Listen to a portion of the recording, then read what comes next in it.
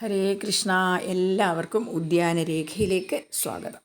ഒരു ദീർഘസമാധിക്ക് ശേഷം പുത്തനുണർവോടെ നമ്മുടെ ചാനൽ നിങ്ങളുടെ മുന്നിലേക്ക് എത്തും.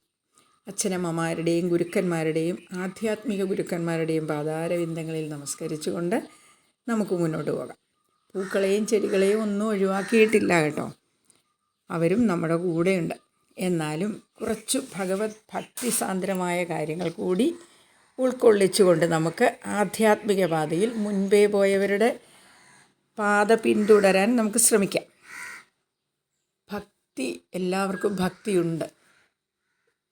എന്നാലും ഭക്തി 9 വിധമെന്നാണ് പറയുന്നത്. നവധാഭക്തി എന്ന്: ശ്രവണം, കീർത്തനം, സ്മരണം, പാദസേവനം, അർച്ചനം, വന്ദനം, ദാസ്യം, സഖ്യം, ആത്മനിവേദനം. ഇതിൽ ശ്രവണം, കീർത്തനം എന്നിവ നമ്മളെപ്പോഴും ചെയ്യുന്നത് തന്നെയാണ്. ശ്രവണം എന്നാൽ ഭഗവാന്റെ നാമങ്ങൾ കേൾക്കുക, സ്തോത്രങ്ങൾ, ചരിത്രങ്ങൾ എന്നിവ കേൾക്കുക എന്നതൊക്കെയാണ് ശ്രവണം. കീർത്തനം എന്നാൽ കേട്ടറിഞ്ഞ കാര്യങ്ങൾ പ്രകീർത്തിക്കുന്നതാണ് കീർത്തനം. നാമസങ്കീർത്തനം, പുരാണ പാരായണം, ഭജന, അർച്ചനകൾ എന്നിവയൊക്കെ ഇവയിൽ ഉൾപ്പെടും. ഈ രണ്ടും ഭക്തിയിലേക്ക് എത്താനുള്ള വഴികളാണ്. ഇനി സ്മരണം. സദാ ഈശ്വരനെ ഓർത്തുകൊണ്ടിരിക്കുക എന്നതാണ് സ്മരണം.